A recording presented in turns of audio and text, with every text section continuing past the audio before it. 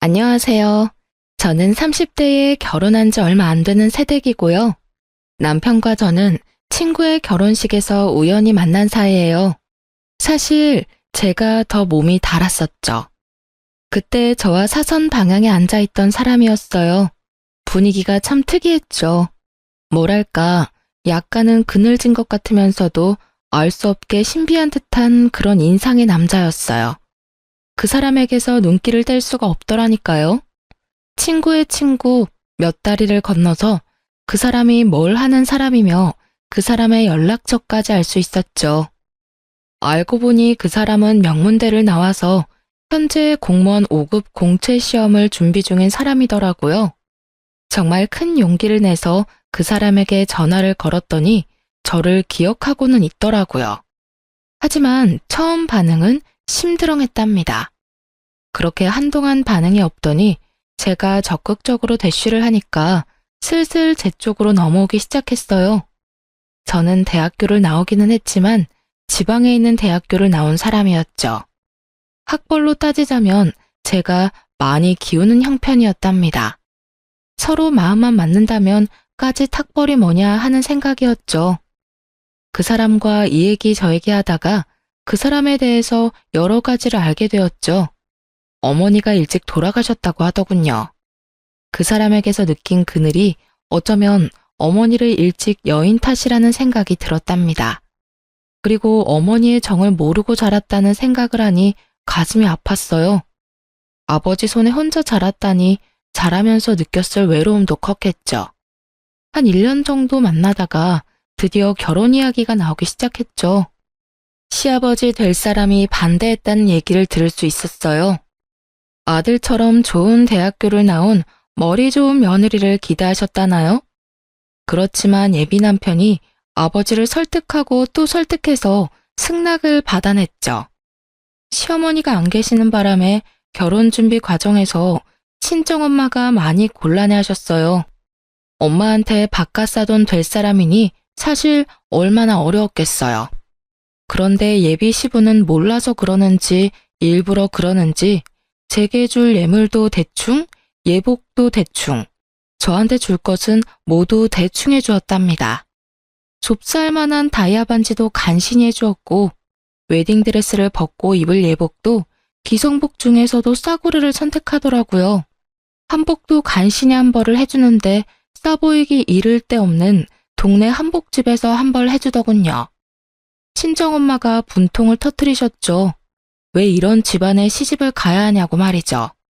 거기다가 사실 공채 시험이라는 것이 워낙 어려운 시험이다 보니 미래가 불확실한 상태잖아요. 그것도 친정엄마에게는 마음에 들지 않았을 거예요. 하지만 그때 저는 남편만 제 편이면 된다고 생각했어요. 평생 시부 모시며 살 것도 아니니까요. 그렇게 결혼을 하게 되었고 신혼집도 간신히 방 2칸인 변두리 아파트에서 시작했어요. 그것도 우리 집에서 집값을 많이 치르고 들어간 집이었죠. 그러고도 시아버지는 제게 별 미안해하는 기색도 없었고 오히려 저 같은 사람이 귀한 남편 만난 걸 고마워해야 한다더라고요. 솔직히 그때까진 그래, 다른 집들 악독한 시어머니 있는 것보다야 시아버지 한 분만 날 힘들게 하는 게 차라리 낫다 싶었어요. 그런데 결혼 생활은 제 생각보다 훨씬 더 험난했어요. 시아버지가 예상 밖의 것들을 관여하기 시작했거든요. 일단 시부는 전형적인 가부장적 인간이었습니다. 준영이가 공부 중이니 안사람하고 같이 있는 것은 좋지 않다. 너는 집에 와 있으려무나. 그리고 며칠에 한 번 가서 반찬이나 빨래나 해주고 오면 된다. 난데없는 시아버지의 별거 명령이 떨어졌죠. 결혼한 지 얼마 되지도 않은 사람한테 떨어져 살라뇨. 그것도 친정에 가 있으라는 것도 아니고 시아버지 혼자 있는 집에 가서 시집살이를 하면서 마치 파출부처럼 가서 반찬이나 해주고 빨래나 해주라니 정말 황당했어요. 아버님, 저희 결혼한 지 1년도 안 됐어요. 신혼부부라고요. 아무리 시험 공부 중이라지만 어떻게 이렇게 별거를 하라고 하시는 거예요? 무조건 혼자 있다고 공부가 잘 되는 건 아니죠. 그러면 왜 결혼 허락하신 거예요? 차라리 시험에 붙고 결혼하라고 하셨어야죠. 제가 시집으로 들어갈 기미가 보이지 않자 결국 시아버지는 남편을 데리고 집으로 들어가 버리셨어요. 가잔다고 따라간 남편 또한 한심하다는 생각이 들더군요. 남편과 시아버지 둘 다 들으라고 가서 또박또박 제 의견을 말했어요. 아버님, 시험 공부 중요한 거 저도 알아요. 하지만 주변 상황이 정리되어야 시험 공부도 잘 되는 거잖아요. 제가 집에 혼자 있으니 이 사람 마음이 아무래도 편하지 않을 거고, 또 아버님이 귀한 아들 내조하실 거 아니잖아요. 오히려 준영 씨가 아버님 뒷바라지를 하게 될 것 같은데요. 저하고 있을 때보다 따로 있는 게 더 시험 공부에 지장을 주게 되는 거죠. 그런데 다음 순간에 정말 상황에 어울리지 않는 생뚱맞은 소리가 들려왔어요. 무언가 깨지는 소리가 날카롭게 공기를 찢었죠. 시아버지가 제가 하는 말을 버릇없는 말대꾸라고 생각했고 그 분을 이기지 못해서 사기 재질로 되어 있는 잿더리를 벽에다 던진 것이었어요. 잿더리가 산산조각이 나서 사방에 흩어졌죠. 아버님, 저희가 기왕 결혼을 한 이상 아무리 부모님이라 해도 이러실 권리가 없으신 거예요. 그걸 왜 모르세요? 그리고 아버님, 사람을 향해서 던지지는 않으셨다고 해도 이건 엄연히 폭력이에요. 어떻게 맞이한 지 1년도 안 되는 며느리 앞에서 이런 충격적인 모습까지 보여주세요? 남편이 제 입을 막고 끌다시피 밖으로 데리고 나오더라고요. 내 말 틀린 거 하나도 없잖아. 그리고 준영 씨도 그래. 어떻게 새신랑이 오란다고 그렇게 홀딱 가버려? 집에 새 신부 혼자 놔두고 말이야. 귀를 막고 한번 물어봐. 세상 천지에 시아버지 집에 들어와 사는 며느리가 어딨어. 그것도 단 둘이. 당신은 이게 경우에 맞는 요구라고 생각해? 남편이 싹싹 빌다시피 제게 사정을 하더라고요. 아버지가 원래 가부장적인 분이야. 자라면서 아버지 뜻을 거역해 본 적이 없어. 어머니도 살아생전에 아버지 의견 반대하는 건 거의 본 적이 없고. 당신이 이해해, 응? 참나, 뭐 이런 경우가 다 있나요? 아니, 가부장적이면 그 요구가 아무리 불합리해도 다 들어야 한다는 건가요?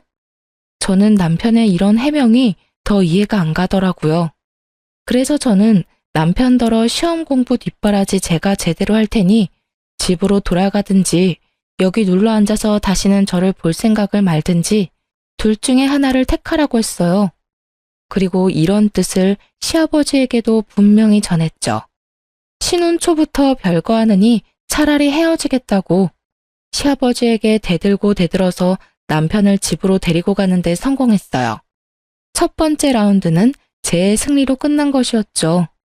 가면서 시아버지한테 본의 아니게 말대꾸를 하게 되어서 죄송하지만 이렇게 하는 것이 순리이니 아버님께서 이해해 주시길 바란다고 진심을 담아 말했어요.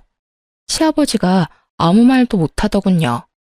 제 성격이 원래 이렇게 도리가 아니거나 좀 불이한 것을 보면 못 견디는 성격이거든요.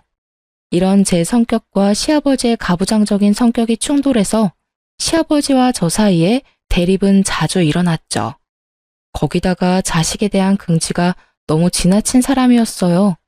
저희 집에 자주 와서 둘러보고는 이건 이래라 저건 저래라 하는데 이건 뭐 시어머니보다 더하더라고요. 시아버지 시집살이가 더 맵다라는 말이 떠오를 수밖에 없었죠. 반찬이 이게 뭐냐? 네 남편이 무슨 소냐? 불밭이 따로 없구나.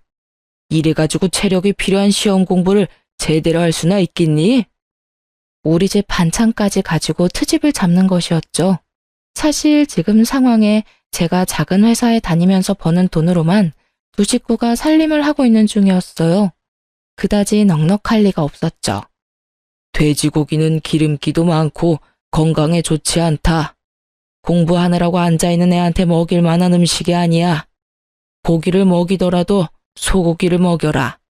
하루에 한 끼는 소고기로 단백질 섭취를 시켜줘야 해. 소고기 좋은 거 누가 모르냐고요.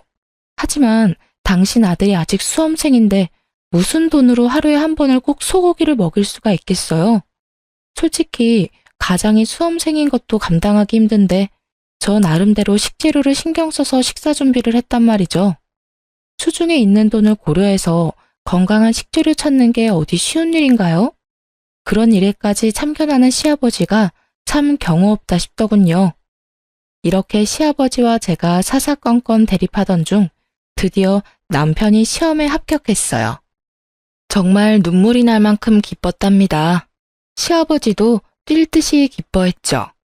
시아버지가 그렇게 기뻐하는 모습을 보니 같이 좋은 게 아니라 수험생 시절에도 그렇게 아들 하나 가지고 유세를 떨더니 이제는 더 심해지겠구나 싶은 생각이 자꾸 들어서 마냥 좋아할 수만은 없겠더라고요. 어쨌든 남편이 연수를 마치고 발령을 받아 꽤 많은 연봉을 받게 되었죠. 이제는 제가 버는 적은 돈을 가지고 이리저리 머리를 써서 쪼개 쓰지 않아도 된다는 생각을 하니 흐뭇했답니다. 친정엄마도 정말 좋아해 주셨어요. 그런데 기쁜 것도 잠시 또 시아버지가 제 화를 돋우는 요구를 하더라고요. 네 남편의 오늘날이 있기까지는 내가 키우면서 제대로 교육을 시켰기 때문이야. 그러니 네 남편이 버는 돈은 모두 나한테 보내라. 내가 알아서 적금도 부어주고 내 생활비도 쓰고 할 테니 말이다. 네 남편이 번 돈은 내가 관리하겠다는 말이다. 알아들었겠지? 아니, 마누라가 시퍼렇게 눈을 뜨고 살아있는데 왜 시아버지가 남편의 월급을 관리한단 말인가요? 아버님, 그러면 이 사람이 시험에 합격해서 돈을 많이 버는데도 여전히 제가 이 사람 먹여 살려야 한다는 말이에요? 저 그동안 할 만큼 했어요. 당연히 결혼을 했으면 자기 가정은 자기 힘으로 꾸려나가야죠. 이제 충분히 그럴 능력도 되고요. 너 같은 처지에 네 남편 같은 사람을 만났으면 그걸로 고마운 것을 알아야지. 같이 살아주는 것만 해도 고마운 일이란 말이다. 그거 말고 뭘 더 네 남편한테 바라는 거냐? 평생을 키운 나하고 이제 겨우 2년 남짓 뒷바라지한 너하고 설마 비교를 하겠다는 것은 아니겠지? 정말 할 말을 잃겠더라고요. 듣는데 혈압이 오르는 건 둘째치고 세상에 이런 부모님도 다 있구나 싶었어요. 궤변도 이런 궤변이 없겠더라고요. 아버님, 제가 2년밖에 뒷바라지 하지 않았지만 이 사람과 저는 함께 새 가정을 꾸렸어요. 죄송하지만 아버님은 저희를 응원해 주셔야죠. 이 가정에 아버님이 여전히 속해 있다는 생각은 버리셔야죠. 안 그런가요? 또 불같이 화를 내더라고요. 뭔가 손에 잡히면 또 집어던질 기세였어요. 제가 고분고분 말을 듣지 않으니까 아들과 직접 이야기하겠다고 하는 거였죠. 결론이 나지 않는 시아버지와 저의 대립. 정말 생각하면 생각할수록 골치가 지끈거리더라고요. 오죽하면 온라인 게시판에 글을 다 썼다니까요. 시아버지 시집살이 혹시 경험하신 분 계시나요? 시아버지가 남편을 평생 교육시켰으니 벌어오는 돈은 다 시아버지한테 가지고 오라는데 이게 말이 되는 건가요? 게시판에 댓글이 주르르 달렸어요. 당연히 다 말이 안 된다는 거였죠. 다만 특별히 하는 일이 없다면 생활비는 드릴 수 있겠지만 결혼한 아들의 수입 관리를 아버지가 다 한다는 것에는 모두들 기가 막혀 하더라고요. 이런 굵직굵직한 싸움거리뿐만 아니라 제 신경을 긁는 사소한 요구도 많았죠. 일주일에 2번은 집에 와서 저녁을 차려라. 언제 친구들이 집에 오기로 했으니 와서 술상을 차려라. 그것도 하루 이틀 시간도 주지 않고 직전에 연락해서는 제게 명령조로 말하더라고요. 남편과 또 말싸움이 벌어지고 말았죠. 아버님 혼자 계시고 큰 수입이 있는 것도 아니니까 생활비는 드릴 수 있지. 그치만 당신 월급 전부를 관리하겠다는 건 절대 안 되는 말이지. 내가 걱정돼서 미리 말하는 거지만 몰래 몽땅 아버지한테 갖다 드리기만 해봐. 진짜 가만 못 있으니까. 제발 날 이상한 사람으로 만들지 말고 당신도 제대로 된 의견을 좀 보여봐. 아버님도 당신이 가만히 있으니까 더 당당하게 요구하잖아. 결국 친정엄마한테까지 얘기를 했죠. 친정엄마가 남편한테 따로 전화를 했고 제 입장과 같은 말을 하셨어요. 처가에서까지 이런 식으로 나오다 보니 남편도 아버지 의견을 반영해 생활비를 좀 많이 챙겨드리는 걸로 결정했죠. 저 역시 남편이 꽤 돈을 받아오는데 혼자 있는 시아버지가 남루하게 사는 것을 바라지 않았어요. 충분히 쓸만한 돈을 들였고요. 그런데 돈을 받을 때마다 굳이 전화를 걸어서 제게 불만을 토로하더라고요. 꼴랑 200만 원 줘놓고 내 입에 풀칠은 하겠어? 내가 이런 대우 받으려고 정성껏 키운 줄 아니? 그 아이 그렇게 좋은 대학에 입학할 수 있었던 것도 결국은 내 덕 아니냐? 그리고 그 학과도 내가 선택하게 했었다. 그 사이 교육비는 또 얼마나 들었겠니? 나 네 남편 교육비 대느라고 빚도 있는 사람이다. 월급 받아서 내가 다 쓰겠다는 것도 아니고 너희들 위해서 적금도 부어주겠다는 것 아니냐? 그렇게 따지면 세상 자식들이 모두 결혼해서도 버는 돈 다 자기 집에 갖다 주어야 해요, 아버님. 자식 키우면서 교육비 안 드리는 부모도 있어요? 그건 당연 부모들이 다 하는 일이죠. 저도 아이 낳으면 그렇게 할 거고요. 그런데 왜 아버님만 하신 것처럼 말씀하세요? 키움값 받으시는 건 알겠는데 그러니 넉넉하게 챙겨드리잖아요. 볼 때마다 시아버지 얼굴에 불만이 다닥다닥 붙어 있었어요. 그래도 생활비 많이 주니 넘어간 줄 알았는데 제 착각이었던 거죠. 내 친구들을 보니까 요즘 내 나이대에 많이 타는 튼튼한 차를 굴리고 있더구나. 나는 지금까지 차도 없이 지내왔다. 그런데 내 아들이 이제 나 차 사줄 돈은 충분히 버니까 차 한 대는 내 명의로 만들어 놔라. 이것까지 설마 안 된다는 말은 안 하겠지? 사실 우리 집에도 차가 있기는 했어요. 제가 결혼 전부터 타는 차였어요. 그걸 좀 바꿔야겠다는 생각을 하고 있던 중이었답니다. 이미 하던 일에서 퇴임을 하시고 왔다 갔다 하는 범위가 정해져 있는 시아버지한테 그런 좋은 차가 왜 필요한지 모르겠더군요.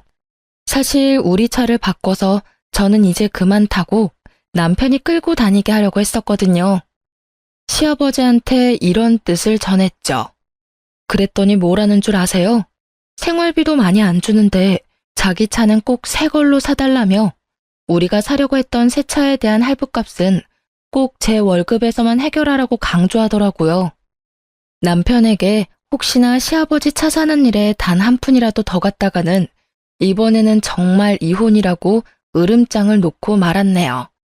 그런데 이 파파보이가 결국 아버지 고집을 꺾지 못하고 기어코 할부로 차를 샀던 모양이에요. 그것도 저한테 숨기고 있다가 남편의 카드 명세서를 보고 알게 되었답니다. 제가 이미 예고한 대로 짐을 싸서 친정으로 가버렸어요. 남편이 예상보다 늦게 친정으로 찾아왔더라고요. 거의 보름이나 지난 다음에 저를 데리러 왔죠. 부모님은 그런 남편을 보고 혀를 끌끌 차며 말하셨죠. 직업이 좋을지 모르나 이리 보나 저리 보나 참 마음에 안 드는 사위라고 말이죠. 결국 시부차는 저질러 놨으니 저희 차를 미루기로 했네요. 남편이 자신은 굳이 차가 필요하지 않다고 알아서 뒤로 빠졌어요. 시아버지와 저의 싸움을 좀 줄여보자는 생각에서였겠죠. 그래서 제가 타던 차는 같이 타기로 마무리됐고 좀 더 바쁜 일이 있는 사람이 차를 먼저 쓰기로 한 거였어요. 그런데 시아버지의 요구는 그것으로 끝나지 않았어요. 집안의 도배를 모두 새로 해야겠으니 그 비용을 대고 와서 일하는 사람들 감독을 하라고 하기도 했고요. 언제는 또 친척 중 누구 결혼식에 가는데 그때 입을 명품 로고가 붙은 양복을 꼭 마련해내라고 하기도 했어요. 이건 무슨 명품 핸드백 사달라는 시어머니하고 다를 바가 없더군요. 견디다 못한 제가 몇 번 더 친정으로 가버리기도 했고요. 그럴 때마다 남편이 와서 빌어서 간신히 저를 데리고 가곤 했죠. 아무튼 그렇게 시아버지는 제 생활 최대의 스트레스였답니다. 결혼 전에는 시어머니가 안 계시다기에 시집살이에 대한 스트레스는 없을 것이라고 생각했었어요. 며느리 사랑은 시아버지라고 하잖아요. 우리 집에서 그런 말은 절대 해당 사항이 없었죠. 그러던 어느 날 제 퇴근길이었답니다. 그날은 거래처에 여기저기 다닐 일이 있어서 제가 차를 가지고 나온 날이었어요. 집으로 돌아가는데 옆에 아주 익숙한 차가 한 대 서 있더라고요. 바로 시아버지 차였어요. 제 스트레스의 주범인 시아버지였지만 길거리에서 우연히 보니 어쨌든 가족이라고 반갑기는 하더라고요. 그래서 차창을 내리고 아는 척을 하려고 하는 순간 조수석에 타고 있는 사람을 보게 되었답니다. 제 또래 정도밖에 안 되는 젊은 여자였어요. 시아버지가 운전을 하면서도 하도 다정하게 얘기 중이었기에 저는 도로 차창을 올리고 말았죠. 하지만 궁금하기는 하더라고요. 시아버지는 그 여자와 뭔가 긴히 이야기를 하는 것 같았고, 그래서 슬쩍 따라가기가 쉬웠어요. 차가 시내를 관통해서 미사리 쪽으로 가더니 한 분위기 있어 보이는 카페로 들어가더군요. 저도 최대한 먼 곳에 차를 대고는 몰래 따라 들어가 보았어요. 들킬까봐 테이블에 앉지는 못하고 문 밖에서 두 사람을 지켜보았죠. 이야기가 정말 긴한 이야기인지 제가 여러 번 빼꼼히 카페 문을 열고 들여다보는데도 얘기하는 것에 여념이 없더라고요. 얼굴이 꽤 예쁜 편인 여자였어요. 지적인 분위기가 철철 흐르는 여자여서 둘이 어떤 관계일까 너무 궁금하더라고요. 아버님 말야, 혹시 너무 외로우신 건 아닐까? 나 오늘 길거리에서 아버님 차에 젊은 여자가 같이 탄 거 봤어.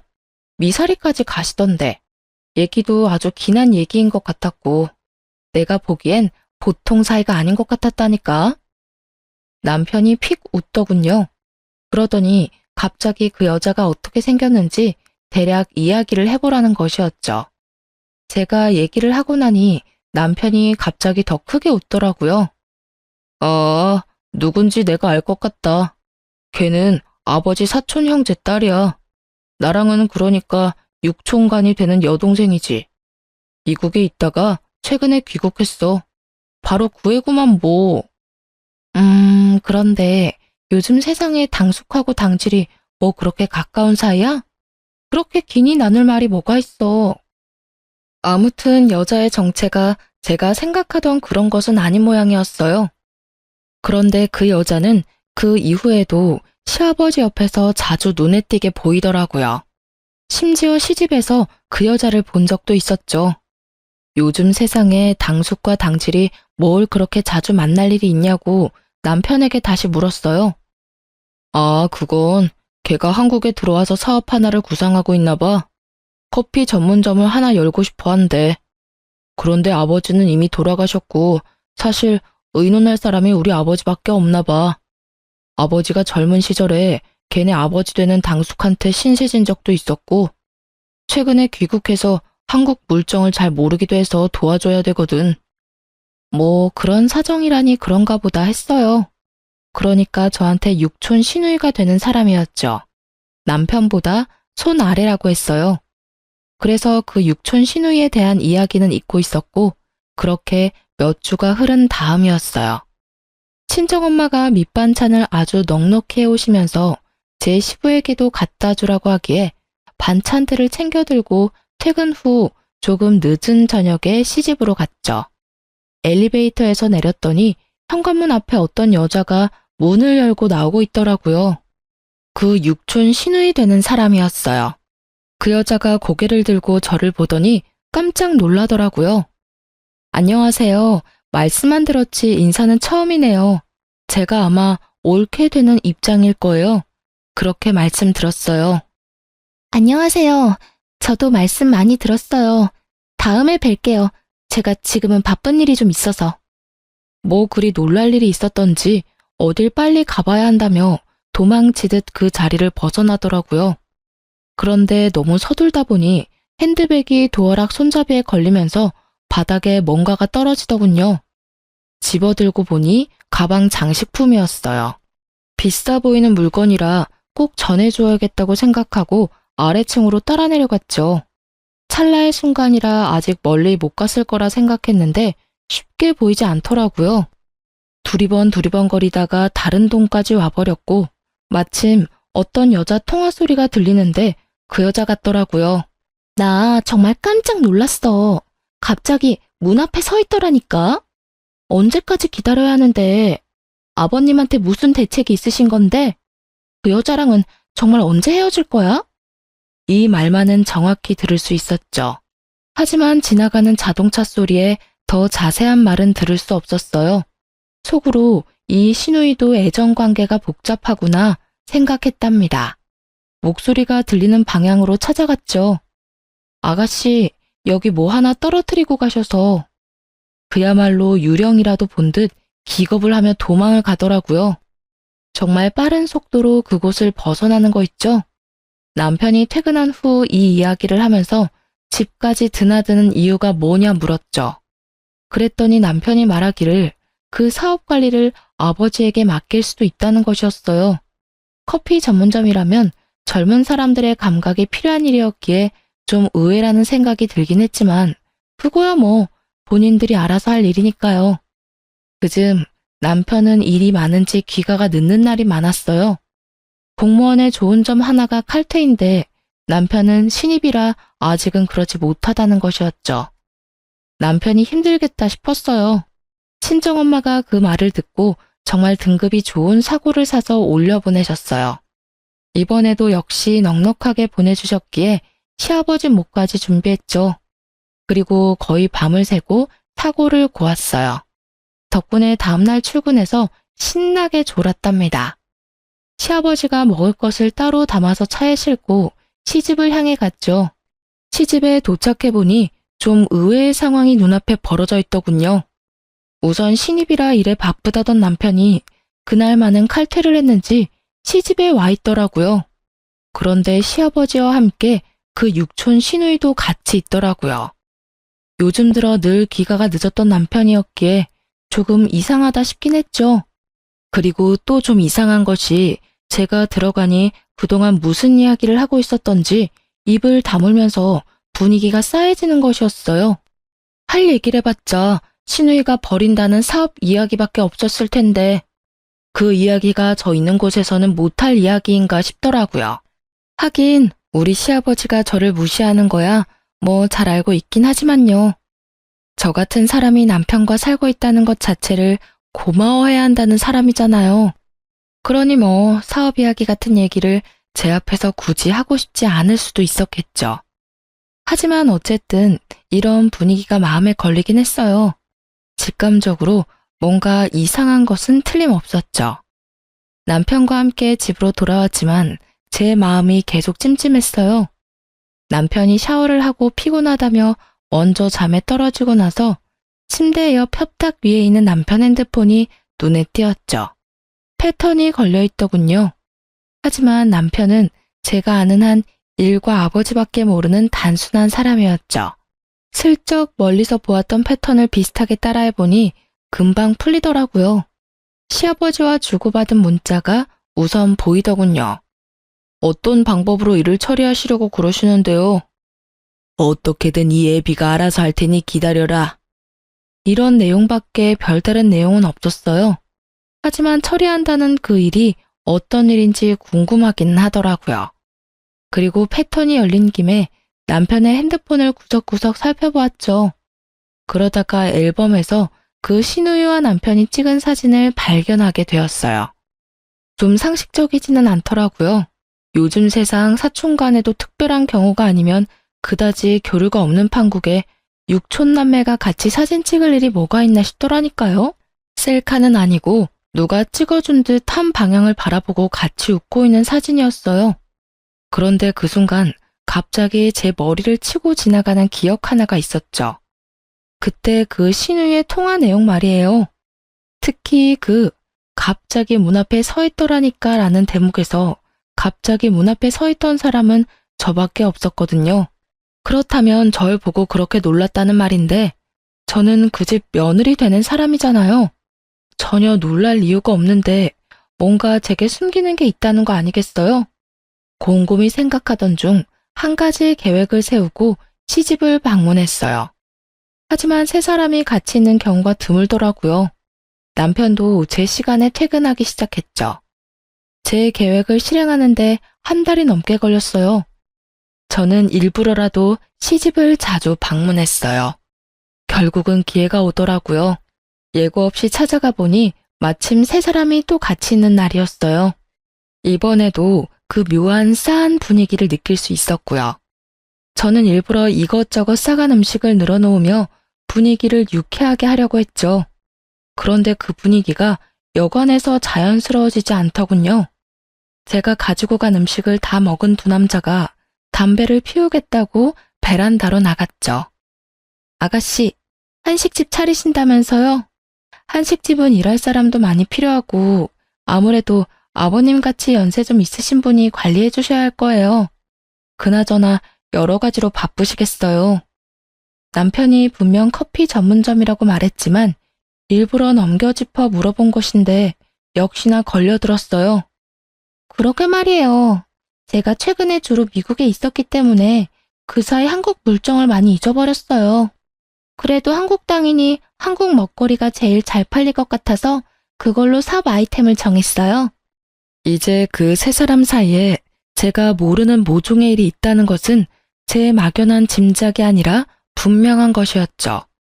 집에 들어와서 곰곰이 생각에 잠겼어요. 그리고 다음날 신우의 어떤 말도 또 머릿속에 떠올랐죠. 바로 핸드백 장식을 주러 나갔을 때 한 말. 그 여자랑은 언제 헤어질 건데? 라고 전화에 대고 하는 말이었죠. 여기서 그 여자라 함은 바로 저를 칭하는 말이라는 생각은 지나친 것일까요? 저는 고개를 여러 번 저었답니다. 설마 아닐 거야, 아닐 거야 했죠. 다음날 남편을 먼저 출근시킨 다음 바로 흥신소를 붙였답니다. 흥신소에서 연락이 오기까지 기다리는 시간이 그리 길지 않았어요.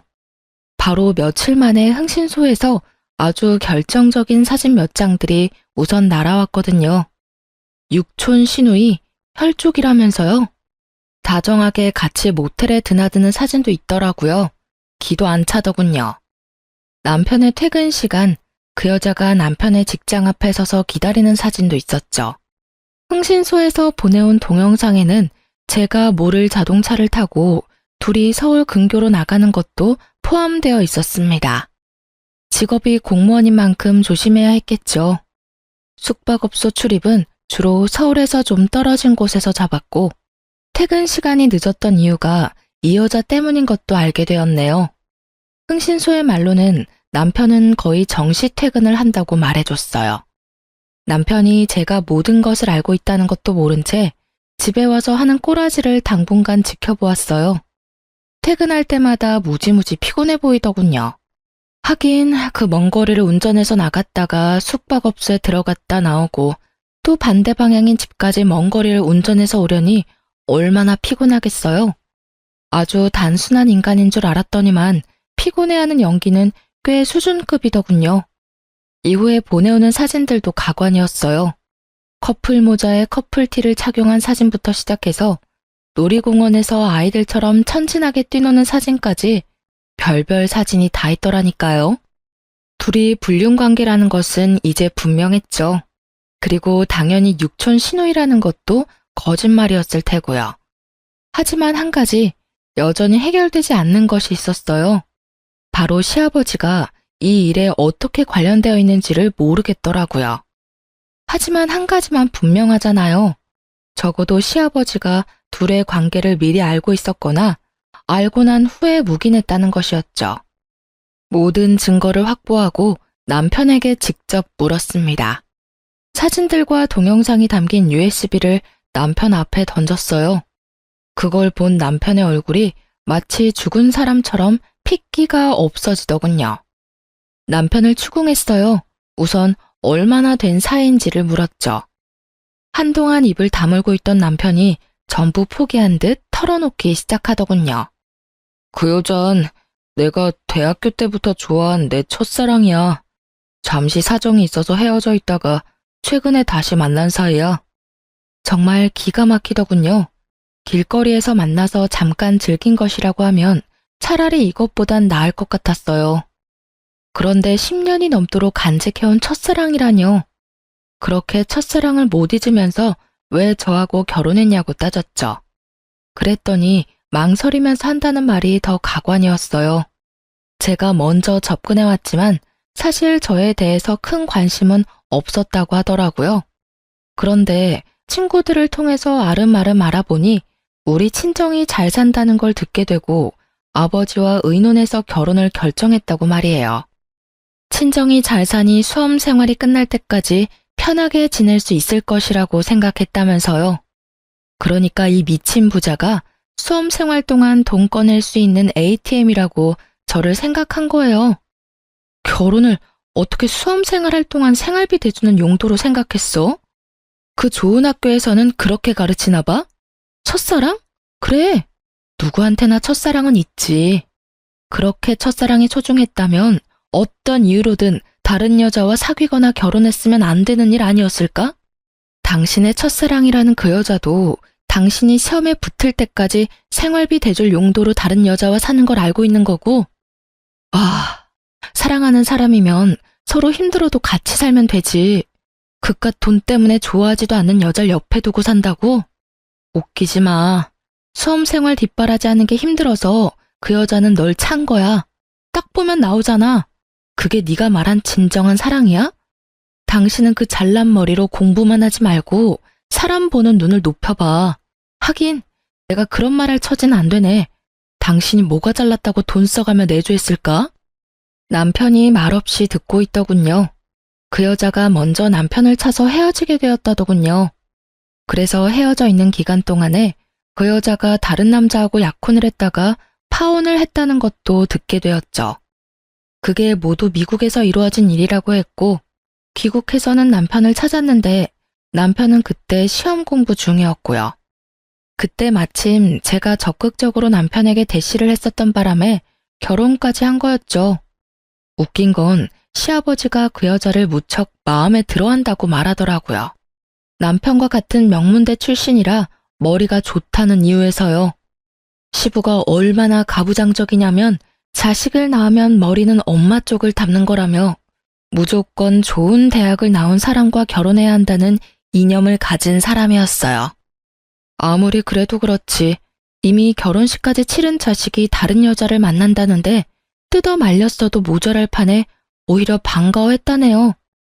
정말 비뚤어진 아버지와 비뚤어진 아들의 합작품이 아닐 수 없었어요. 다음 날 남편놈과 함께 시부에게 찾아갔죠. 도살장에 끌려가는 소같이 구는 남편놈과 함께 도착했더니 시부도 뭔가 잘못되었다는 걸 알아차린 거죠. 이 사람 이제 다 자랐고 결혼까지 한 사람이에요. 자기 가정을 꾸려나가는 데 있어서 아버님이 초등학생 학교 보낸 것처럼 참견하신 일에 대해서는 더 말씀드리지도 않겠어요. 그런데 그렇게 좋은 대학에 보내 잘 교육시켰다는 분이 아들의 불륜관계를 부추기다뇨? 그리고 이미 결혼한 죄 없는 며느리를 내쫓을 생각을 하셨다고요? 아버님의 아들에 대한 평생 교육이 어땠는지를 정말 잘 알겠네요. 바로 아버님의 그런 삐뚤어진 사랑이 삐뚤어진 아들을 만들어낸 거예요.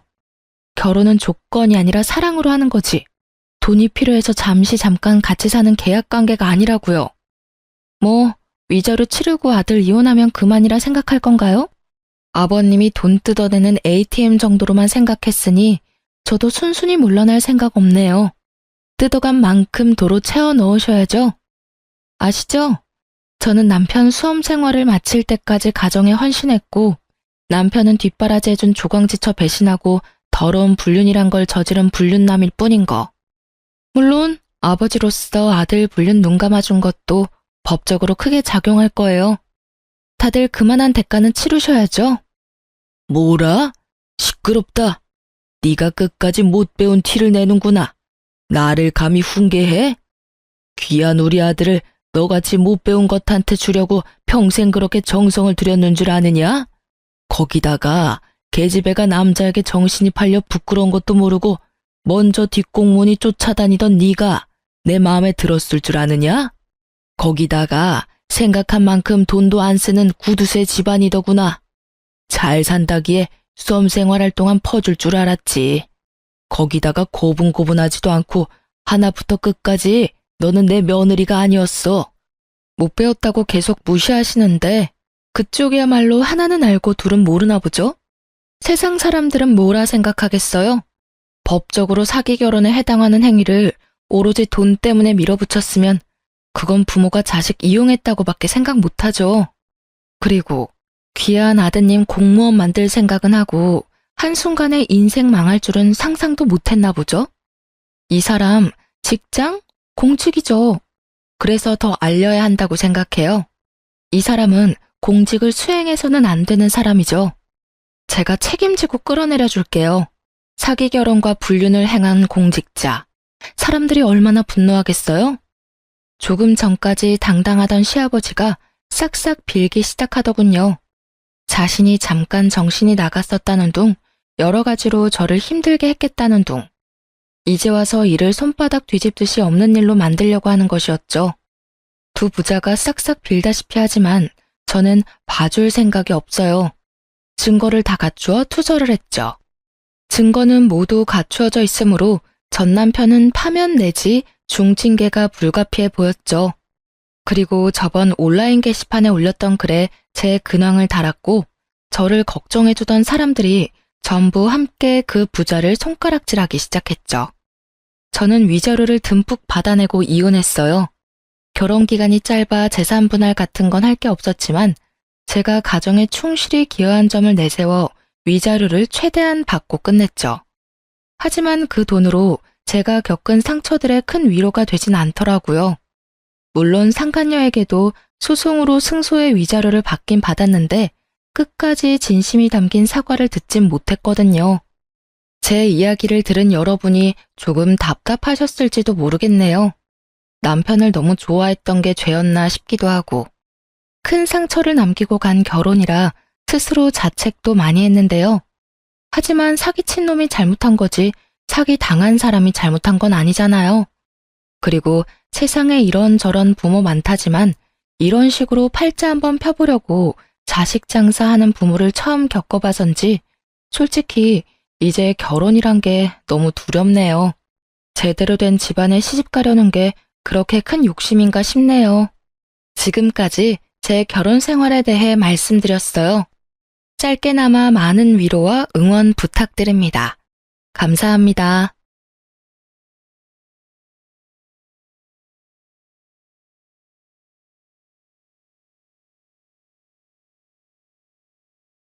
안녕하세요.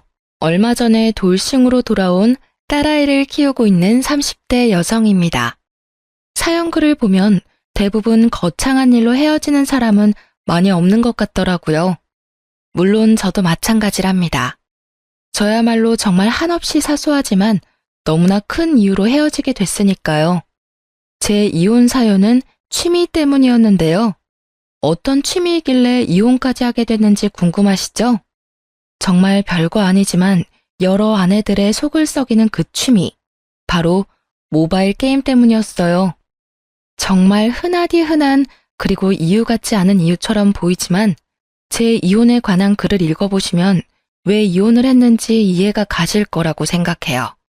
그러니 오늘 이 글을 읽는 분들의 이해를 구하기 위해 사연글을 작성해 보도록 하겠습니다. 저와 남편은 소개팅으로 만났어요. 저는 당시 학원 강사로 일하고 있었는데 남편은 평범한 월급쟁이였어요.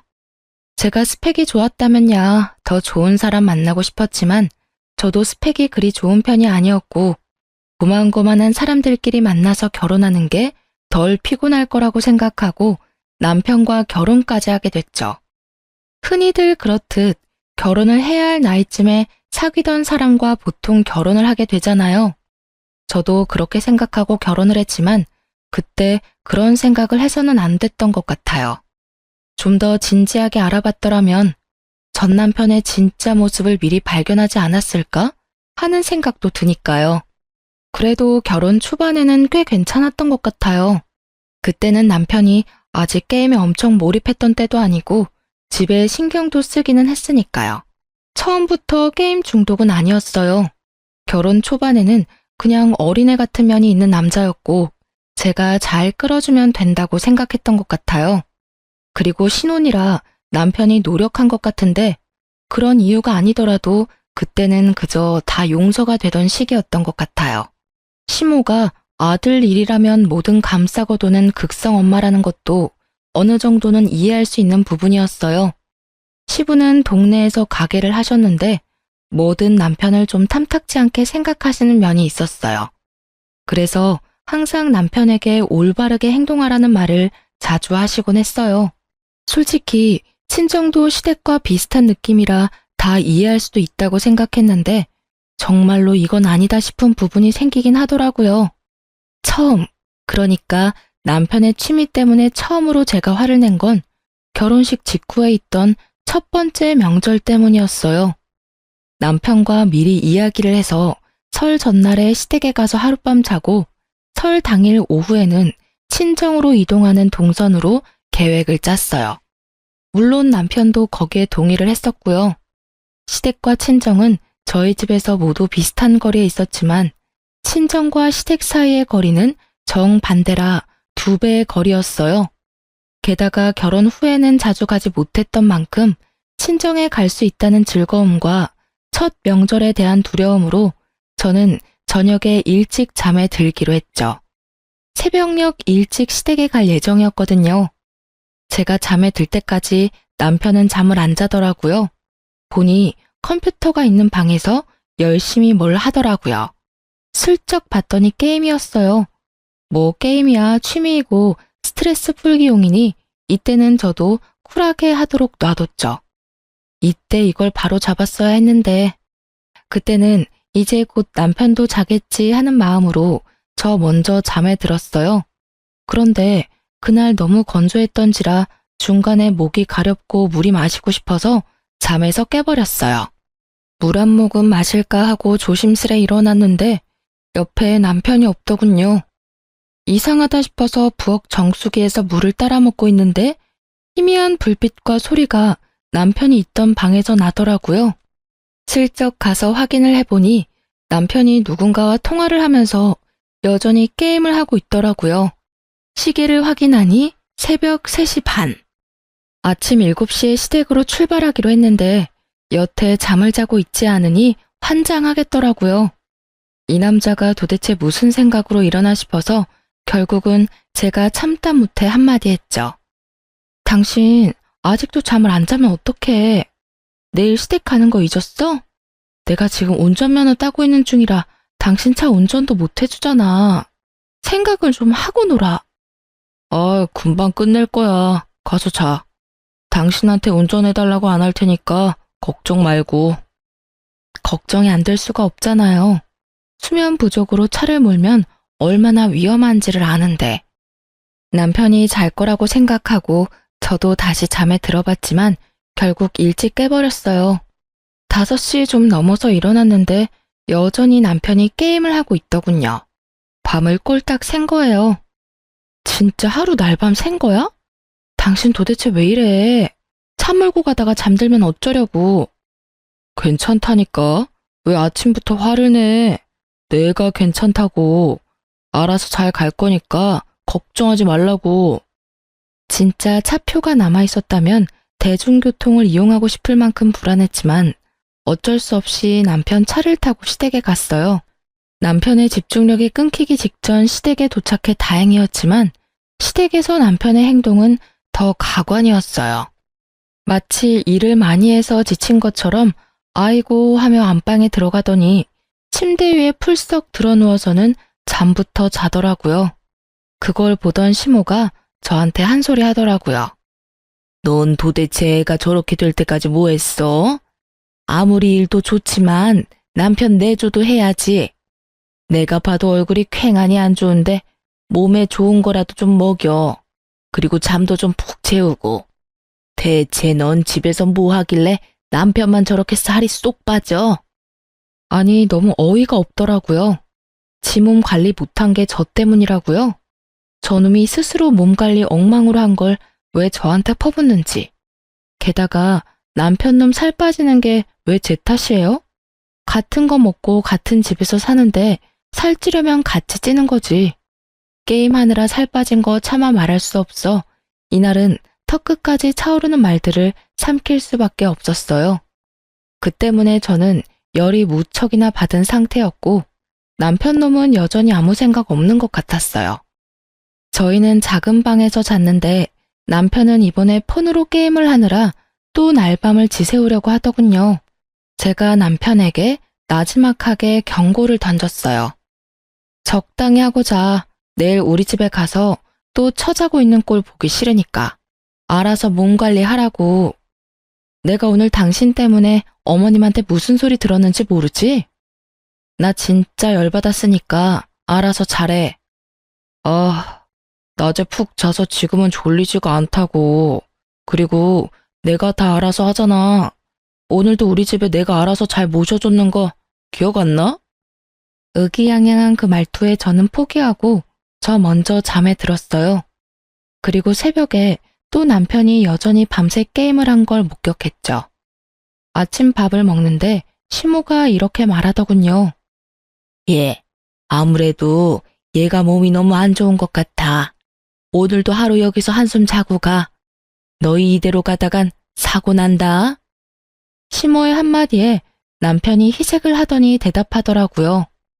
엄마가 봐도 그렇지? 아, 오늘은 좀 쉬어야겠어. 당신도 오늘은 푹 쉬어. 저 입을 당장이라도 찢어버리고 싶었어요. 웃는 면상에 침을 뱉고 싶었지만 참았어요. 첫 명절, 첫 시댁. 너무 많은 생각이 들었으니까요.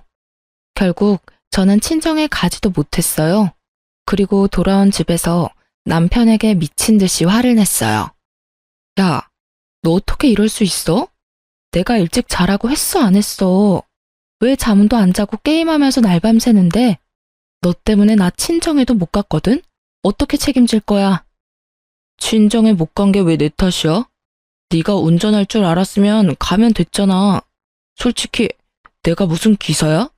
왜 매번 내가 너 데려다 줘야 하냐고. 너 설마 지금 설날에 친정 가는 게 나 혼자 가야 한다고 생각하는 거야? 미친놈아, 결혼하고 첫 명절이면 너도 우리 부모님한테 인사하러 가야지. 버릇이 없는 거야? 상식이 없는 거야? 내가 너희 집 가는 건 당연한 거고 네가 우리 집 가는 건 선택사항이다 이거니? 그거는 솔직히 부담스러운 건 사실이고 어차피 다 우리 집에서 하고 처가는 인사차 들리기만 하는 거잖아. 그러니까 너 혼자 갔다 와도 되고. 아, 그렇게 생각하고 있었어? 그래, 좋아. 나 혼자 친정 갈 테니까 넌 집에서 열심히 게임이나 하던가. 결국 저는 남편을 두고 짐을 싸서 친정으로 왔어요. 친정에는 일주일만 같이 있겠다고 했고요. 다행히 친정이랑 직장이 그리 멀지 않아서 다행스러운 일이었지만 화가 나는 건 어쩔 수 없더라고요. 이번에 본때를 보여주기로 한 거죠. 역시나 일주일도 안 돼서 남편이 저를 찾아오더라고요. 왜 계속 안 들어와? 집 엉망이니까 집에 와. 내가 왜? 내가 네 식모야? 돌아가더라도 당신이 어지러 놓은 건 안 치울 거야. 당신이 알아서 치우던지. 미안해. 한 3일 신나서 잠도 안 자고 게임했더니 완전 죽겠다고. 몸도 아프고 빈혈인지 일어설 때마다 어지럽고. 남편이 하는 이야기를 들어보니 참으로 딱하면서도 열받았어요. 신난 건 3일까지였답니다. 그 뒤로는 집도 정리가 안 된 상태고 제대로 된 영양소까지 섭취 못해서 엄청 힘들었다고 하더라고요. 혼자 사는 거 잘 맞는 거 같은데 왜? 그냥 혼자 살아. 나 같은 거 그냥 없는 셈 치고. 계속 이렇게 삐딱하게 굴 거야? 나 진짜 힘들다니까. 당신이 있어야 할 것 같아. 잘 들어. 나는 네가 몇 시간씩 게임하느라 안 자고 정신 나간 좀비처럼 노는 거 나 정말로 아예 상관 안 해. 그런데 너의 그 행동 때문에 미리 계획했던 약속한 걸 깨는 건 정말로 잘못됐다고 생각해. 네가 뭘 하든 나한테 피해는 주지 말았어야지. 친정에 못 가게 한 건 정말로 평생 내 가슴에 박혀 있을 일이거든? 앞으로 이런 일 있으면 나는 집 나갈 거야. 당신이 지금처럼 와서 용서 구해도 안 받아줄 테니까. 알았어. 다 내가 미안하다니까. 그러니까 이만 집에 돌아와. 나도 이러다 죽을지도 모르겠다는 생각을 잠깐 하긴 했어. 정말로 후회를 하고 반성을 했는지 남편은 제게 사과도 하고 게임도 덜 하더라고요. 물론 제가 먼저 게임 시간을 정해줬죠. 집에 와서 얼마나 해도 상관은 없지만 자정 전에는 잠자리에 들어야 한다고요. 그 이상 게임에 열중하면 영 끊겠다고 모질게 말했더니 말을 알아들었는지 자중하더군요. 그리고 그 덕이었는지 저와 남편 사이에 딸도 하나 생겼어요. 갓난아기 덕분에 얼마 동안은 또 잘 살았어요. 그런데 하루는 남편이 곤란한 얼굴로 저에게 용건을 꺼냈어요. 미안한데 돈 모아놓은 거 좀 있어? 엄마가 아버지 차 몰고 가서 사고 났는데 보험 처리는 안 되고 상대방도 다쳐서 돈이 많이 들어가. 지금 큰일 나게 생겼는데 엄마는 정신 하나도 없고 나한테 물어보는데 나도 모아놓은 돈이 많지는 않아서. 어머님은 안 다치셨어? 그렇게 큰일 있으면 아버님한테 말하지. 양가 어른들에게 혹시나 문제가 생기면 쓸 수 있게 돈을 좀 모아놓은 게 있기는 한데 얼마나 필요하신 거야? 한 1,000만 원 정도 필요해. 엄마가 쪽팔려서 너한테는 빌려달라고 말을 못 하시겠다고 하더라고요. 그런데 어떡해. 일단 사람부터 살리고 봐야 할 거 아냐. 저는 남편에게 1,000만 원을 빌려줬어요. 쉬운 선택은 아니었지만 힘들다니 어쩔 수 없었죠. 그러더니 남편이 한마디 더 하더라고요. 엄마 성격 알지? 남한테 빚지고는 못 사는 성격이신 거. 웬만하면 아는 척 하지 말고 기다려줘. 금방 돌려주실 테니까. 돈 들어오면 내가 당신한테 줄게. 저는 그 말만 철석같이 믿고 있었어요. 그런데 그 믿음이 깨진 건 일주일 뒤였죠. 며느라가, 너 이번에 너희 신우 결혼하는 거 알지? 혼수의 예단에 이것저것 해야 할 게 많은데 걔도 모아놓은 거 하나 없고 우리도 너희 집 살 때 돈 보태느라 돈이 없어. 혹시 너희 돈 모아놓은 거 있으면 좀 빌려줘라. 그 정도는 해줄 수 있지? 당당하게 돈을 요구하는 시모의 그 말에 저는 조심스럽게 시모에게 대답했죠. 어머님, 저번에 빌려가신 게 마지막이었어요. 정말로 지금은 돈이 없어서 남편도 그때 같이 보태서 낸다고 했으니까 남편도 없을 거예요. 뭐? 내가 저번에 뭘 빌려가? 너 뭐 잘못 알고 있는 거 아니니? 내가 왜 너한테 돈을 빌려? 생사람 잡지 마, 얘. 일단 끊어봐. 아들한테 전화해 볼게. 결국 시모는 전화를 끊었고 저에게는 의문만 남았습니다. 시치미를 떼시는 건지 말을 못 꺼내게 선수를 치신 건지 뭔가 이상한 느낌이 싹 오더라고요. 그래도 설마 남편이 거짓말을 했겠나 싶었어요. 밉상짓은 해도 머리 굴려 거짓말할 놈은 아니었거든요. 그래도 확인은 해야 하니 그날 저녁 남편에게 말했어요. 당신 혹시 어머님한테 전화 받았어? 아가씨 결혼한다고 돈 좀 빌려달라던데 저번에 빌려드린 돈은 아예 다 쓰신 거야? 어? 그거? 아마 그때 다 쓰셨으니까 연락 오셨겠지? 아 맞다. 나 쓰레기 좀 버리고 올게. 말을 하다 말고 남편이 마치 도망가듯 쓰레기를 부랴부랴 들고 밖으로 나가더라고요. 수상한 냄새가 폴폴 났습니다. 이놈이 진짜 거짓말을 했을까 싶었어요. 혹시나 증거가 남편 폰에 있을 거라고 생각하고 남편이 두고 간 폰을 살폈는데 여전히 모바일 게임이 켜져 있었어요. 그런데 채팅창에 어떤 사람이랑 대화가 있었는데 거기 여보야라고 적혀 있더라고요. 깜짝 놀란 제가 그 채팅방에 들어가서 확인을 했어요. 이제까지의 대화 목록을 보니 아주 가관이더군요. 사랑해, 보고 싶다, 만나면 정말 잘해줄 수 있는데 난 자기뿐이야 등등. 이게 게임도 모자라서 바람까지 피나 하는 마음에 얼른 남편이 오기 전에 증거 확보하려고 제 폰으로 동영상을 찍었어요. 영상으로 채팅 내역을 모두 저장한 저는 혹시 다른 건 없나 싶어서 둘러봤어요. 별로 이상할 게 없었지만 딱 한 가지, 남편의 캐릭터 레벨이 높더라고요. 캐릭터 옆에 VIP라고 떡하니 써져 있었죠. 저도 모바일 게임을 해봐서 아는데 VIP 레벨은 무조건 돈을 써야 레벨을 올릴 수 있는 단계거든요. 높으면 높을수록 돈을 많이 썼다는 이야기인데 저는 설마 하면서 어느 정도 돈을 썼나 싶어서 남편 어플의 결제 내역부터 확인했어요. 그런데 그거 보고 저 완전 눈 돌아갔잖아요. 확인한 날짜, 그달의 총 지출액이 100만 원 정도 되더군요. 게다가 제가 확인한 날은 17일이었는데 1일부터 17일까지 100만 원을 썼다는 이야기잖아요. 기겁을 한 제가 더 아래쪽으로 내려가 저번 달, 저저번 달까지 확인을 했더니 그 내역도 줄줄이 다 뜨더라고요. 100만 원이 훨씬 넘는 돈이 여기에 다 들어가 있더라고요. 그제야 저는 깨달았죠. 남편 놈이 지 월급을 모두 게임에 꼬라박았다는 걸요. 그리고 그와 함께 제가 남편에게 준 돈의 행방이 걱정되기 시작했어요. 이 결제 내역을 보고 나니 아까 시모와의 통화에서 시모가 정말 그런 내용을 몰랐던 거 아닐까 하는 합리적 의심이 들었죠. 실제로는 그런 사고 당한 적도 없고 돈도 가져가지 않았을지도 모른다는 생각이 강하게 들었어요. 남편이 거짓말하고 그 돈을 다른 데로 보낸 게 아닐까 하는 생각이요. 그런데 현금 결제 내역으로는 제가 준 1,000만 원의 행방은 찾을 수가 없었어요. 이게 어디로 갔나 싶었는데 그 실마리는 의외의 곳에서 발견했어요. 바로 남편과 여보야 하며 대화를 주고받았던 채팅방이요. 그 채팅방 훑어보니 제가 돈을 빌려준 날 이런 메시지가 있었어요. 그때 돈 빌려줘서 너무 고마웠어. 자기 덕분에 한시름 났네. 사랑해. 이런 메시지요. 아마 돈 빌려준 게 제 돈 1,000만 원일 거라는 강한 감이 오더라고요. 결국 열받은 저는 쓰레기 버리고 돌아온 남편을 털었어요. 너 내 돈 어머님한테 빌려줬다는 거 거짓말이지? 아니야.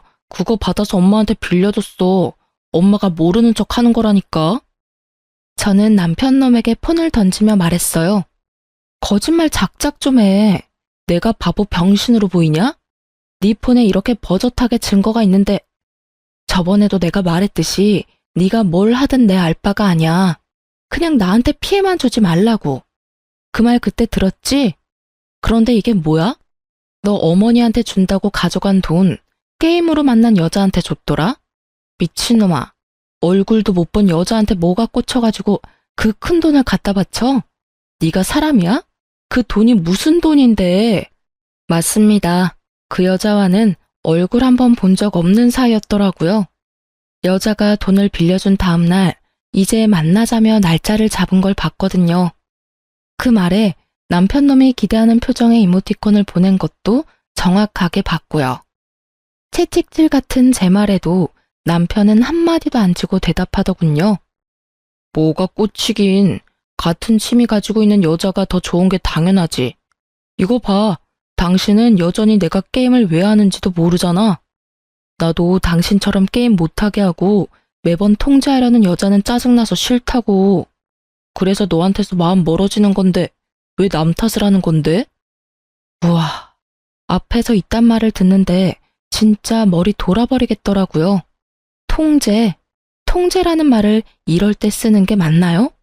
제 상식선에서는 도저히 이해가 안 가는 이야기라 헛웃음만 나오더군요. 그래서 너는 하늘을 우러러 한 점 부끄럼 없다 이거야? 말해봐. 네가 진짜 잘못한 게 하나도 없어? 그 돈도 어머님한테 준 게 사실이고? 그럼 믿어줄 테니까 지금 당장 어머님한테 가서 그 돈 받아와. 내 돈이고 나는 그 돈 받을 자격 있다고 생각하니까 당장 가져와.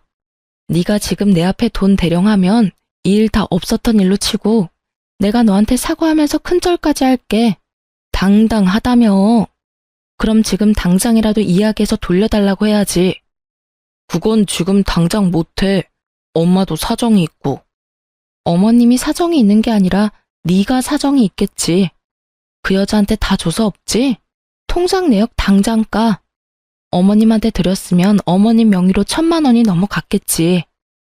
결국 남편은 말도 못하고 통장도 보여주지 않더라고요. 지은 죄가 있는 게 목소리는 얼마나 큰지 저는 당장 남편을 끌고 시댁으로 쳐들어갔어요. 이미 이혼은 무조건 확정사항이었어요. 제 마음속에는 이미 선이 그어졌거든요. 그래도 남편놈이 친 사고를 시부모가 알아야 어떻게든 수습이 될 것 같아서 말이죠. 시댁에 가서 남편놈을 앞세우고 이혼하겠다고 말했어요. 시댁에서도 폭탄 발언을 한 저와 남편을 연달아 보며 무슨 일인지 쳐다보더라고요. 솔직히 말 꺼내면서도 시모가 저를 두둔해 줄 거라는 생각은 정말 조금도 하지 않았어요. 어머님, 아버님, 저 이 사람이랑 이혼할 거예요. 정말 지긋지긋해서 못 해먹겠어요. 게임하느라 집안일은 아무것도 안 하고 육아조차도 관심이 없어요. 게다가 게임을 취미로 하는 거면 모르겠지만 이 정도로 사람 허파 뒤집을 정도로 사고치는 건 절대로 용서 못해요. 그리고 예상대로 시모는 제게 더 큰 비난을 퍼붓더라고요. 너 무슨 말을 그렇게 해? 남편 내조를 제대로 못한 너를 탓해야지. 너는 이렇게 될 때까지 뭘 했어? 이게 온전히 다 우리 아들 탓이야? 네가 신경 쓰고 관리했으면 이렇게까지는 되지 않았을 거 아니야? 남편 기죽이는 건 그렇게 잘하면서, 취미로 하는 걸 이해 못할 정도면, 그래, 차라리 헤어지는 게 잘 됐네. 너 우리 아들한테 하는 거 애저녁부터 마음에 안 들었어. 너만 큰 소리 칠 줄 아나 본데, 나도 너한테 큰 소리 칠 거 많거든? 아무것도 모르고 남편 새끼 두둔하는 시무를 보니 아주 불쌍해서 딱할 정도였어요. 아, 그러세요? 제가 어떻게 관리를 해야 할까요? 월급의 절반을 게임에다 쳐넣으면서 저한테는 꼴랑 50만 원으로 생활비 하라는 남편을요. 없는 돈에 한 푼이라도 아껴보려고 끙끙대며 허리띠 졸라매는 제 옆에서 남편 취미라는 게임으로 돈이 줄줄 새어나가고 있는데 그걸 몰라서 여태 참았지. 알았으면 저도 여기까지 끌었겠어요? 50만 원이라도 줬으면 다행이지. 돈을 아예 안 준 것도 아니고 돈을 줬으면 그걸로 살림 사는 건 네 몫이지. 그리고 남편한테 관심이 없으니 돈 나가는 것도 몰랐던 거 아니냐? 이게 네가 내조를 제대로 안 한다는 증거지. 시모 말이 끝나자마자 남편 놈이 의기양양하게 되지도 않는 말 하고 있더라고요. 그래, 넌 처음부터 내 취미 생활을 인정을 안 하잖아. 솔직히 내 돈을 내 취미에 쓰는 게 왜 나빠? 돈을 안 준 것도 아닌데 그걸로 생활비 했으면 나한테 할 말 없지. 시모를 등에 업고 입이 10개라도 할 말이 없어야 할 죄인이 뚫린 입으로 말은 얼마나 잘하던지요. 그 꼴을 보니 더 열받아서 저도 모르게 흥분하게 되더라고요.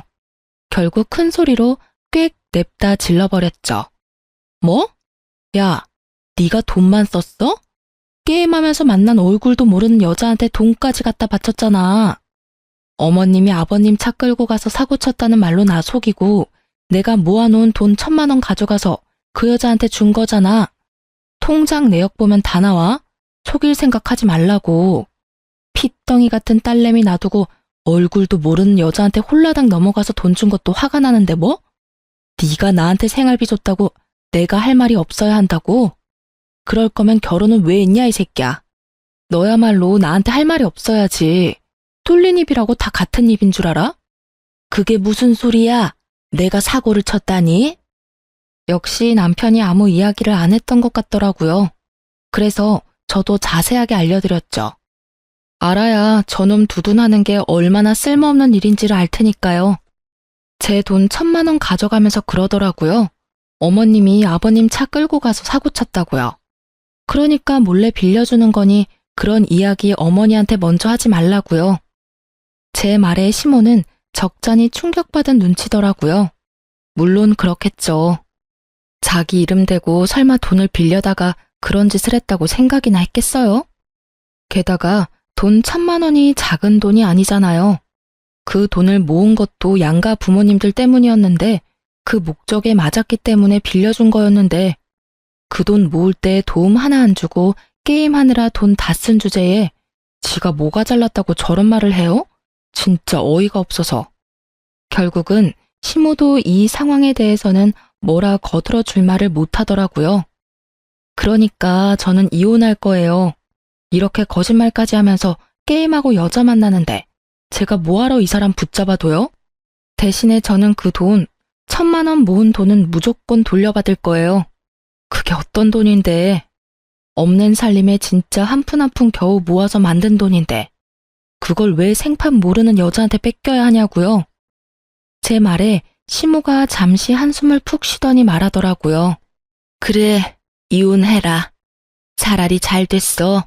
그 돈은 우리가 돌려줄 테니까 이혼해. 어차피 나는 너 하는 거 마음에 들지 않았어. 그러니 이번에야말로 좋은 여자 만나게 하면 돼. 취미 생활하는 거에 참견도 안 하고 내조도 잘해서 우리 아들 똑바르게 잘 잡아줄 사람. 그런 사람 찾아서 재혼하면 돼. 그 이야기 듣는데 얼마나 웃기던지요. 저는 시모에게 말해줬어요. 예, 어머님, 잘 찾아보세요. 세상에 어떤 여자가 게임에 미쳐서 집안일, 육아에는 관심도 없고 게임에 돈이나 갖다 바치는 남자를 좋아하겠어요? 아, 그 게임 속의 여자라도 꼬셔서 잘해보면 되겠네요. 남편이 그렇게 죽고 못 사는 여자요. 돈을 1,000만 원을 줬는데도 아직까지 얼굴도 못 봤다는 여자라면 잘해줄 수 있겠죠. 게임도 취미인 것 같고, 그죠? 둘이서 열심히 돈 탕진하면서 살면 진짜 죽이 잘 맞겠어요. 아무리 생각해도 그 여자는 남편을 호구로 생각하는 게 틀림없었거든요. 그걸 이 시점이 되도록 눈치를 못 채는 남편도 이상했고, 그런 여자를 재혼 상대로 생각하는 시모도 웃겼어요. 딱 봐도 사기꾼이잖아요. 차라리 얼굴을 보고 만나서 손이라도 잡고 돈이라도 줬다면 그 여자를 상간녀라고 생각할 법도 했을 거예요. 그런데 딱 봐도 그게 아니잖아요. 얼굴 보여주지 않고 돈만 요구하는 사람을 상간녀라고 볼 수 있을까요? 그냥 남편 놈이 거기 꽂혀서 지 마음이며 돈이며 다 주는 거지. 달콤한 말 속에 섞인 그 돈을 요구하는 말을 남편이 알아차리지 못하면 이렇게 계속 사기를 당하게 되겠죠. 그런 여자가 내조를 한다고요? 결국 참다 못한 제가 한마디 더 붙였어요. 그 여자랑 결혼하면 둘이서 게임만 하느라 어디 애라도 생기겠어요? 그때는 제 딸 찾으러 오지 마세요. 저는 친권이며 양육권 모두 뺏기지 않을 거니까. 딱 봐도 남편은 애를 양육하기에 여러모로 문제가 있잖아요? 소송하면 분명히 애는 저한테 올 거예요. 그러니까 서로 힘 빼지 말고 여기서 그 부분은 합의해요. 제 말에 입을 연 건 시모도 남편도 아닌 시부였어요. 조용히 이야기를 듣고만 있던 시부가 남편에게 물어보더라고요. 너, 이 말이 전부 사실이냐? 조용한 그 말투가 더 무서웠어요. 시부의 표정에 변화가 없었거든요. 남편도 그걸 감지했는지 어물쩍거리며 말하더라고요. 사실이냐고 하면 돈 빌린 건 맞아요. 그리고 그 여자랑 대화한 것도 맞는데 돈은 내가 빌려주기로 한 거고 그 여자가 강하게 요구한 것도 아니고 게임은 내 돈으로 한 거니까 와이프 말처럼 내가 다 잘못했다고는 생각 안 하는데요. 남편의 말이 끝나자마자 시부가 풀스윙으로 팔을 올렸고 짝 하는 소리와 함께 남편 놈 얼굴이 반대편으로 휙 돌아가 있었어요. 너 내가 결혼해서 애 낳으면 인간 될 줄 알았더니 결국 이 꼴로 다 늙은 아버지 속을 썩여? 도대체 뭐가 부족해서 이런 미친 짓을 하는 거야? 네 딸 얼굴은 무슨 낯짝으로 볼 거야? 애 보기 부끄럽지도 않아? 진짜로 그 얼굴도 못 본 여자한테 돈 다 빌려줬어? 그 여자가 돈은 갚는 데냐? 그 돈 다시 받아와, 이 못난 자식아. 결국 흥분한 시부에 의해 남편은 내내 두들겨 맞았지만 다 늙은 시부 손이 아프면 얼마나 아프겠어요. 결국은 남편에게는 매도 되지 못했던 것 같더라고요. 끝까지 자기는 잘못 안 했다고 하는 걸 보니 말이죠. 그나마 시부는 정상적인 생각을 하고 계시더라고요. 동네에서 가게를 하시니 아들의 이혼이 더 신경 쓰일 수밖에 없기도 했고요. 아무래도 장사하시니 다른 사람들 입방아에 오르는 게 싫으셨던 것 같기도 하더라고요. 물론 그 이상으로 아들에게 실망한 것 같았지만요. 결국 저의 이혼은 합의로 가게 됐어요. 시부가 조용히 묻고 싶어 하는 것 같았거든요. 시부에게 직접 1,000만 원을 돌려받았고 재산 분할도 적당히 하게 됐어요. 그리고 남편에게는 위자료 명목으로 돈도 좀 더 받았어요. 물론 그 돈은 시부가 줬지만요. 딸아이 친권과 양육권은 당연히 제가 가져왔죠. 게임 중독 아빠에게 애를 맡길 사람은 없잖아요. 그 상황은 시부모도 모두 납득한 일이었어요. 우리가 가지고 있던 집도 둘이서 반반씩 내고 들어가 살았기에 집을 팔아서 반씩 나눠 가졌어요. 저는 이래저래 모은 돈으로 작은 평소의 아파트 전세로 들어갔고 남편 놈은 시부가 시댁으로 불렀다고 하더라고요. 시부 말로는 집에서 게임하는 거 눈에 보이면 당장 내쫓아버리겠다고 했다는데 중독을 이기실 수 있을지는 모르겠더라고요. 결국 이혼하고 저는 딸아이와 함께 직장 근처 작은 전셋집에서 살게 됐어요. 시댁과도 그리 먼 곳은 아니었고 가끔씩 그 근처를 들릴 때도 있었어요. 그러던 중 시부가 일하던 가게 근처에 갈 일이 생겨서 그 근처를 방문했다가 시부를 마주쳤어요. 시부는 저에게 호의적이었고 마지막까지 상식적으로 일을 해결해 주셨기 때문에 잘 지내셨냐고 안부만 묻고 가려고 먼저 말을 걸었어요. 잘 지내셨어요? 그렇게 말을 걸고 가까이서 시부 얼굴을 보니 아주 얼굴이 퀭하더라고요. 저는 흠칫 놀랐어요. 저와 이혼하고 남편이 또 사고친 건 아닌가 하는 생각이 들었죠. 그래. 여기는 무슨 일로 왔어? 아, 근처에 볼 일이 있어서 왔다가 잠깐 들렀어요. 인사만 하고 가려고 했는데 혹시 몸이 안 좋으세요? 얼굴빛이 너무 안 좋아 보여서. 걱정스럽게 쳐다보는 저를 보던 시부가 고개를 절레절레 저으시더니 말하더군요. 내가 그 미친놈 때문에 죽겠어. 아니, 그게 귀신이 씌인 것도 아니고 진짜 정신이 제대로 나갔어. 너한테 할 이야기는 아니라는 걸 아는데도 진짜 이놈이 짐승 새끼가 아닌가 그런 생각이 든단 말이지. 네? 또 무슨 일 있으셨어요? 아직도 그 사람 게임 못 끊었어요? 아니면 그 여자 때문에 그러세요? 이놈이 우리 집 들어와서도 여전히 정신을 못 차려. 게임을 하지 말라고 했더니 집을 나가서 들어오지를 않잖아. 어디 있는지 찾아보면 집 근처 어슬렁거리며 게임이나 처하고 밥도 안 먹고 잠도 안 자서 아주 사람 속을 완전 문드러지게 하는 거야. 게다가 그 여자한테서도 아직 못 벗어났는지 돈도 안 돌려주는데도 아비 앞에서 그 여자를 끼고 돌아. 어휴. 그 이야기를 들으면서도 저는 이렇게 될 줄 알았다는 생각이 저절로 들 정도였어요. 솔직히 제가 당한 일들을 모조리 두 분이 당하고 계신다고 생각하니 좀 딱한 마음도 들기는 했죠. 아, 물론 자식 잘못 키운 부모 입장에서 바라보면 그렇단 거죠. 그런데 그것뿐만이 아니야. 그것만이라면 아주 내쫓아버리고 어디서 객사하든 말든 놔둬버리면 되지. 그런데 너하고 이혼하면서 생긴 돈을 모조리 그 여자한테 준 것 같더라고. 그 돈 어딨냐고 물어봐도 대답을 안 해.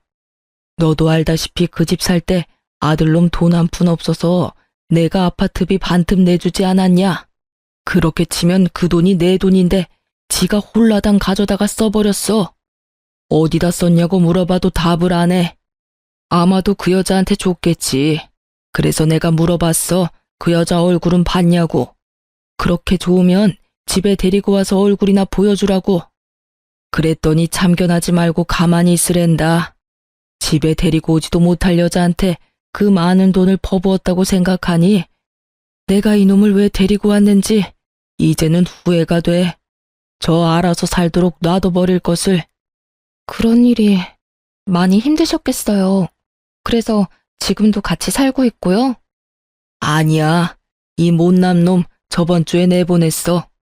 월세방 하나 얻어주고 지가 월세 못 내면 알아서 쫓겨나겠지.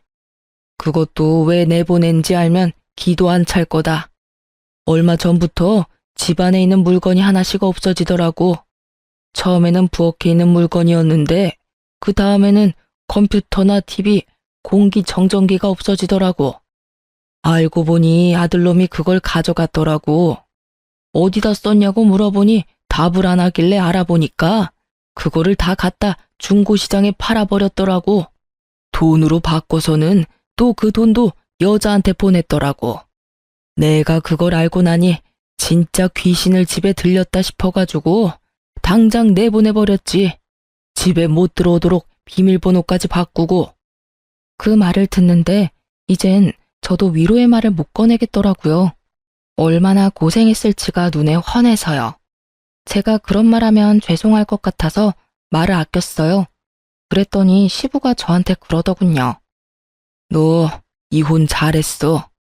그놈 데리고 있었으면 우리 손녀까지 팔아치웠을지도 모를 일이야. 봐라. 그렇게 자기 아들이라며 끔찍이도 두둔하던 마누라가 세간살이 하나씩 없어질 때마다 점점 말도 없어지고 내 눈치까지 보더라니까. 결국 냉장고 없어졌을 때 이놈의 옆에 내가 내 앞에서 울더라니까. 그렇게 아들 편들지 말라고, 나쁜 건 고쳐야 되니 모질게라도 대하라고 했건만 그걸 못해서는 결국 아들을 저렇게 만들었으니. 그 말을 하는데 하필 시모가 가게 안으로 들어오시더라고요. 제가 이혼하기 전에 시모는 아무 일도 안 하는 전업주부였는데 남편이 얼마나 재정적으로 두 분을 쪼들리게 만들었는지 결국 시모도 시부 가게에 나와서 일을 도와주고 계셨더라고요. 시모는 제 얼굴 보고 흠칫하더니 이내 눈물을 주룩주룩 흘리더라고요. 애미야, 내가 너한테 모진 말을 많이 했어. 같이 살아보니까 네가 얼마나 고생했을지 알겠더라. 내가 그런 말 한 거 마음에 담아두지 마라. 못 모르고 한 말이야. 알고 나니 도저히 감싸줄 생각도 안 들고 그냥 너한테 미안하다는 생각만 나더라. 시모도 전 남편에게 쓴소리까지 했다고 하는데 결국 그게 먹히지는 않았대요. 제 앞에서 울면서 그런 이야기를 하는 시모를 보니 참 무슨 표정을 지어야 할지 모르겠더라고요. 그렇지만 분명하게 드는 생각은 딸아이만이라도 데리고 나와서 정말 다행이라는 생각이었죠. 남남이라는 게 이렇게 마음이 편할 줄 몰랐어요. 시모가 그렇게 후회를 하는데 저희는 이미 이혼을 해서 남남이잖아요. 시부모와 그런 이야기를 끝내고 집에 돌아왔는데 남편놈이 착실하게 제 무덤 파고 있는 걸 듣고 나니 빨리 손절하기를 잘했다는 생각이 들었어요. 그리고 한 가지 의문이 들었죠. 도대체 게임 속의 여자는 얼마나 대단한 여자길래 이렇게 남자의 골수까지 빨아먹나 싶은 생각이 들었거든요. 전 남편이 돈이며 세간살이며 다 갖다 바친 거면 분명히 그만큼의 무언가가 있으니까 줬을 거잖아요. 그런데 얼굴은 한 번도 본 적이 없다고 하고 아무래도 사기꾼 냄새가 났는데 전 남편이 그걸 눈치를 못 챘다는 것도 이상하니까요. 찝찝함을 남겨두고 그렇게 시간이 좀 흘렀어요. 시부모와 대화를 나눈 지 한 달 좀 되지 않았을 때 친정엄마한테서 연락이 왔더라고요. 너 그 이야기 들었어? 네 전 남편 이야기. 엄마 그거 듣고 완전 뒤집어졌잖아. 응? 무슨 이야기? 그리고 이미 인연 끊긴 사람 이야기는 왜 갖고 와? 엄마는 기분 안 나빠? 나는 솔직히 기분 나쁘거든? 기분 나빠도 들어봐. 니네 시댁이었던 사람들 그 동네에서 가게 하지 않니? 엄마 친구 중에 거기 단골이 있는데 소문이 완전 파다하게 났다고 하더라고. 무슨 소문? 뭐 이제 와서 재혼이라도 한대? 재혼은 무슨, 사기당했다고. 사기? 뭐 충분히 예상 가능한 거였지만 놀라긴 했어요. 이제야 터진 거에. 그래, 네 전 남편이 그렇게 그 여자 얼굴 한번 보려고 돈을 그만큼 퍼부었다는데 여자가 만나자고 한 날부터 잠적했다고 하더라고. 그래서 네 전 남편이 눈에 불을 켜고 찾아다녔대. 근데 알고 보니까 그 여자가 상습범이었다고 하더라고. 노총각이나 유부남 그렇게 꼬셔가지고 돈 뜯어내고 잠적해버리는 상습범. 아휴, 그럴 줄 알았어. 뭐 그런 건 놀랍지도 않아. 딱 봐도 사기꾼 같잖아. 맨날 돈 얘기하고. 돈 없다 하면 시큰둥하게 반응하고 돈 있다 하면 사랑해 보고 싶어 이런 반응 나오는 거 보면 딱 봐도 전문 사기꾼이지. 이제야 그걸 알았다는 게 나는 더 놀라운데. 근데 너 이거는 알았니? 그 여자가 사실은 여자도 아니었대. 남자라고 하더라. 세상에 결국은 남자한테 농락당해서 돈이며 마음이며 다 날렸다고 하더라고. 갖다 바친 돈이 거의 몇천만 원이나 된다던데. 그 집도 딱하게 됐지. 차 담보까지 잡아서 사기꾼한테 줬으니. 남은 건 빚밖에 없는 데다 그 여자 찾느라고 아들놈이 일도 제대로 안 해서 결국은 회사에서 잘렸다고 하더라고. 그래도 지 새끼라고 그 아버지가 데려갔다더라. 근데 데려가면 뭐하니? 밥만 축낸다던데. 그래도 얼마 전에는 그 아버지 가게에서 일하고 있대. 엄청 말도 없어지고 음침해지기는 했는데 게임은 안 한다고 하던데. 그 여자가 아니라 남자였다니. 전 남편 놈은 그런 남자에게 속아 넘어가서 돈까지 다 갖다 바치고 가정까지 깨고 애까지 버렸다는 거잖아요. 참, 이야기 듣는 내내 다른 세상 이야기 듣는 것처럼 현실감이 전혀 없더라고요. 그래도 빠른 손절 또 한 번 다행이라고 느끼긴 했어요. 솔직히 이혼하고 남편을 한 번도 못 봤거든요. 딸애를 볼 수 있는 면접 교섭권이 있었지만 미안했던 건지 아니면 별로 반성을 안 했던 건지 애를 만나러 올 생각도 않더라고요. 저도 애가 아빠를 안 만나는 게 더 좋다고 생각했어요. 나쁜 버릇이라도 나쁜 습관이라도 옮으면 큰일 나니까요. 그래도 양육비는 꼬박꼬박 들어오고 있는 걸 보니 시부가 대신 내주고 있는 것 같더라고요. 모든 걸 다 잃고 사기까지 당한 전 남편. 결혼이라는 게 저 혼자의 노력으로 가정이 유지되는 게 아니라는 걸 제대로 배우게 됐어요. 그리고 취미가 너무 지나쳐도 병이 된다는 걸 알고 나서는 취미를 갖는 것이 무서워지기까지 했거든요. 물론 우리 애한테도 게임을 시켜주는 것도 사실 무서워서 아직까지도 딸아이에게 인터넷 기능이 안 되는 휴대폰만 사줬어요. 혹시라도 저 몰래 모바일 게임을 할까 봐서요. 전 남편의 이야기를 들으니 하나의 맹목적으로 집중하는 게 얼마나 무서운 일인지에 대해 깨닫게 됐고요. 뭐든 적당한 게 좋은 법이죠, 남편에게는. 이번 일이 아주 좋은 약이 되었다고 생각해요. 그 일이 아니었다면 여전히 재산을 탕진하면서 게임에만 몰두하게 됐을 테니까요. 지금이라도 정신 차렸으면 잘 된 일이죠. 그리고 게임 중독이라는 이유로 이혼을 해보니 세상에는 별의별 이유로 이혼을 하는 사람이 많겠구나 하는 생각도 들었어요. 글을 쓰고 보니 유치하면서도 어이없는 이혼 사유이긴 한데 그래도 저에게는 생각보다 큰일이었다는 것만큼은 알아주셨으면 해요. 저 당시에는 정말 막막하고 힘들었으니까요. 쓰다 보니 글이 길어졌지만 글이 지루하지는 않으셨을 거예요. 뒷골 잡게 만드는 남편놈 덕분에요. 바쁘신 와중에 긴 글 읽어주셔서 너무 감사합니다.